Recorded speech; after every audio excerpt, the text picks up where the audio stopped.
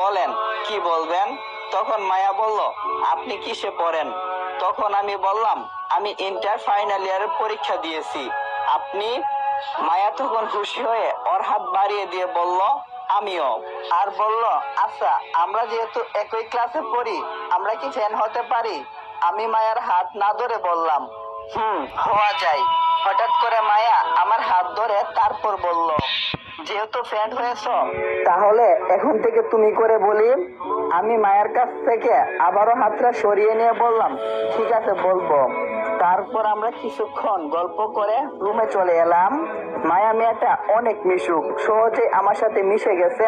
7 দিন পর আজকে মায়া চলে যাচ্ছে, সাথে আমার ফ্যামিলির সবাই, শুধু আমি বাদে।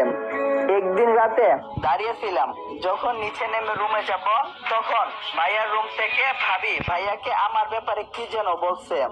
তখন আমি দরজায় কান লাগিয়েছিলাম, শুনতে পাচ্ছি ভাইয়া ভাবিকে বলছে, আচ্ছা, তুমি সবাইকে তোমার বাসায় যেতে বললে, কিন্তু সাজ্জাদকে যেতে বললে না কেন?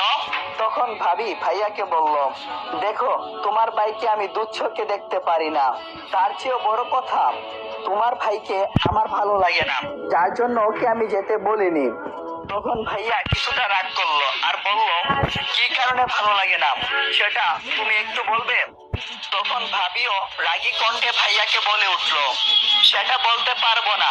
বলছি তোমার ভাইকে আমার ভালো লাগে না, মানে লাগে না, বেশ। এটা নিয়ে আর কোনো কথা আমি শুনতে চাই না। ভাবির এমন কথা শুনে ভাইয়া কিছু বললো না। ভাবির কথাগুলো শুনে আমার পায়ের নিচের মাটি যেন সরে যাওয়ার মতো। জানি না ভাবি আমাকে কেন পছন্দ করে না। ভাবির কথা শুনে ভালো লাগছে না, তাই আর রুমে গেলাম না, ছাদে চলে গেলাম। ছাদে গিয়ে ভাবির কথাগুলো ভাবছি। তখন হঠাৎ করে কেউ একজন আমার পিছনে এসে দাঁড়ালো। তখন পিছনে তাকিয়ে দেখি মায়া দাঁড়িয়ে আছে। মায়ার দিকে তাকানো মাত্রই মায়া আমার হাতে একটা চিঠি ধরিয়ে দিয়ে চলে গেল। চিঠিটা খুলে পড়তে লাগলাম। চিঠিতে লেখা ছিল, তোমাকে প্রথম যেদিন দেখি সেদিন তোমাকে ভালোবেসে ফেলছিলাম, অনেকটাই ভালো লাগে, তোমার সাথে থাকতে ইচ্ছা করে। সত্যি বলতে আমি নিজেও জানি না কবে তোমার মায়ায় আমি জড়িয়ে গেছি। বিশ্বাস করো জান, তোমাকে আমি অনেকটাই ভালোবাসি। আই লাভ ইউ, ইতি তোমার মায়া। চিঠিটা পরে আমি কিছুক্ষণ ঘোরের মধ্যে ছিলাম। সত্যি বলতে আমিও মায়াকে ভালোবেসে ফেলছি, তাই ওকে হ্যাঁ বলে দেব। তবে আজকে বলবো না, পরে সময় করে বলবো। তারপর আমি ছাদ থেকে নেমে সোজা রুমে চলে এলাম। আর কখন যে ঘুমিয়ে পড়ছি তা নিজেও জানি না। সকালে সবাই ভাবির বাসায় গেল, কিন্তু আমি বাদে। সবাই চলে যাওয়ার পর আমি রুমে এলাম।